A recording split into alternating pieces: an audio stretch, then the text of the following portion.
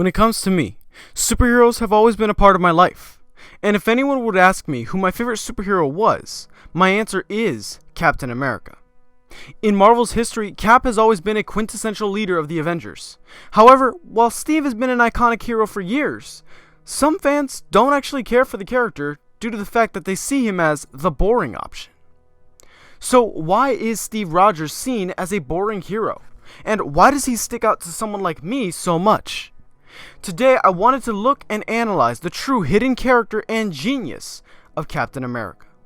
In the beginning of all Captain America stories, Steve Rogers almost always begins his journey as a scrawny kid from Brooklyn whose dream is to fight for his nation. And eventually, after his best friend leaves, he is given the opportunity no one could ever have thought of. A scientist named Abraham Erskine decides to recruit Steve Rogers to be the one entrusted with the super soldier serum. Once Steve transforms, he then takes on the mantle of Captain America. It sounds like a great hero, right? So why does Cap often get titled a boring or bland character? The reason Cap may be seen as this is because of his moral character. Steve Rogers is the type of character who is willing to do the right thing no matter what, even before he receives the serum. Steve showcases his ability to speak up when he sees somebody else acting out, even if he may be punished or even ridiculed for it. The bottom line is, Steve Rogers is a hero who is often lumped with other so-called Boy Scouts, such as Superman, Jason Lee Scott, or Leonardo. They are all characters who are seen as the character that is often bland or boring. These characters are often rule followers, and are always trying to be the good guy, which makes people think that they lack any depth. To quote Iron Man in the first Avengers film, "Everything special about you came out of a bottle." The fact of the matter is, in this instance, Tony is wrong. The thing everyone forgets is that this is the very reason why Abraham picked Steve to be the super soldier. The night before Steve is given the serum, Abraham has a talk with Steve and explains exactly what the serum does. And one thing he notes is that the serum amplifies who you already are. As he puts it, good becomes great, bad becomes worse. Erskine picks Steve because of his heart. Steve fought every day to be someone who did the right thing. And Erskine asks Steve for one favor. Quote, "Whatever happens tomorrow, you must promise me one thing. That you will stay who you are, not a perfect soldier, but a good man." And that's why I never see a boring character with Captain America. The fact of the matter is, as humans, we are all naturally selfish, and often we look out for ourselves, or we only do things that would benefit ourselves, especially if it means doing something wrong or even justifying a wrong. We understand this every day, similar to something like the Robin Hood effect. Yes, Robin Hood may be giving to the poor, however, we should still be able to notice that he is stealing. In the Marvel Universe, Steve Rogers is often seen as the golden standard of heroes, both in and out of the comics, which is why even the egotistical Tony Stark turns to Steve when it comes to leading an assault with the Avengers. It's the same reason that Batman states that Superman is his favorite superhero, because they look up to these heroes as inspiration to better themselves. Whether we know it or not, we all have a moral compass inside of us. We know good or bad, right or wrong, based more on our reactions than our actions. If someone lies, cheats, or steals from me, we know it's wrong. But again, our sinful nature leads us to trying to mask it, or even justify it, or try to deny it. The standard has to come from somewhere or something perfect. For comics, characters like Steve Rogers, Clark Kent, Jason Lee Scott, or Leonardo are often characters that usually set those standards. But even they need to be inspired by someone, because even they aren't perfect. There is one who was perfect, who had no flaws, never sinned, and never once gave in to their selfish desires. But that unfortunately is impossible for us. However, that's why Jesus stepped in for us.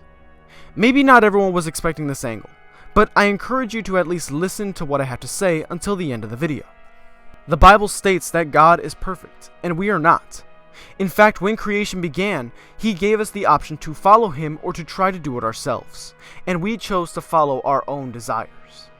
God gives us a choice to pursue Him or instead to walk away, and whatever we choose, He will respect our choices. But even when Jesus came down as a human, He went through the same human struggles that we all do. Matthew chapter 4 tells us, "Then Jesus was led by the Spirit into the wilderness to be tempted by the devil. After fasting for 40 days and 40 nights, he was hungry. The tempter came to him and said, "If you are the Son of God, tell these stones to become bread."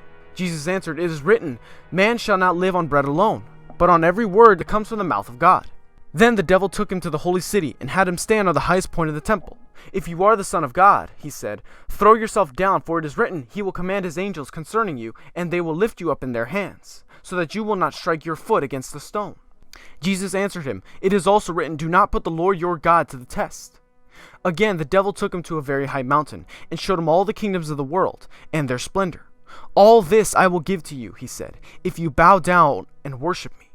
Jesus said to him, "Away from me, Satan, for it is written, worship the Lord your God and serve him only." Then the devil left him, and the angels came and attended him. Jesus went through the same human temptations we do every single day. However, he was able to shut each of them down and walk a path that we couldn't, even to the point of dying for people who would be considered his enemies. Quote, "A strong man who has known power all his life may lose respect for that power, but a weak man knows the value of strength and knows compassion. That same compassion for us is what caused God to initiate a rescue for us." As a representative of God, we are supposed to rise and live that life as someone who is living their life for God. Romans 12:2 says, "Do not be conformed to this age, but be transformed by the renewing of your mind, so that you may discern what is the good, the pleasing, and the perfect will of God." We are called to walk this path, to know that we have been blessed with worldly pleasures, but the true pleasures will be found in God's will. We're supposed to be representatives, much like Steve Rogers is. In a film called Next Avengers Heroes of Tomorrow, the Avengers actually lost against Ultron, and the world is decimated. However, the descendants of the Avengers make one last stand against Ultron, and in a pivotal scene, the young heroes stand against Ultron, and Ultron scans each of them. Torrin, the daughter of Thor and Lady Sif; Azuri, son of Black Panther and Storm; Henry Pym Jr., son of Hank Pym and Janet Van Dyne; Francis Barton, son of Hawkeye and Mockingbird; and finally James Rogers, son of Captain America and Black Widow. And out of all these kids, Ultron recognizes James as the biggest danger. Each of the kids are baffled as to why James is being targeted, especially when he is the one that's seen as having no powers. Ultron simply replies, quote, "James Rogers, son of Steve Rogers, aka Captain America, the most dangerous of all the Avengers. He inspired them." Because Steve lives his life always trying to do the right thing, the Avengers all saw something different in him, even fighting for those who see him as an enemy. In Avengers Earth's Mightiest Heroes, Steve Rogers is framed by a Skrull, and the public turns against him.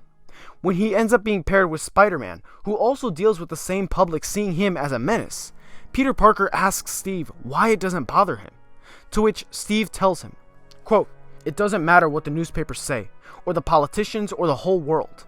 They don't define who you are. You do.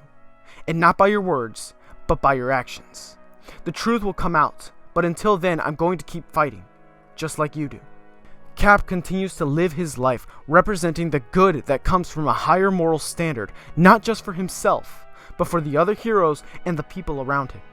Every day, Steve has to choose to keep fighting against his own sinful temptations, to give it his all, and to know that he isn't perfect as he's stumbled before.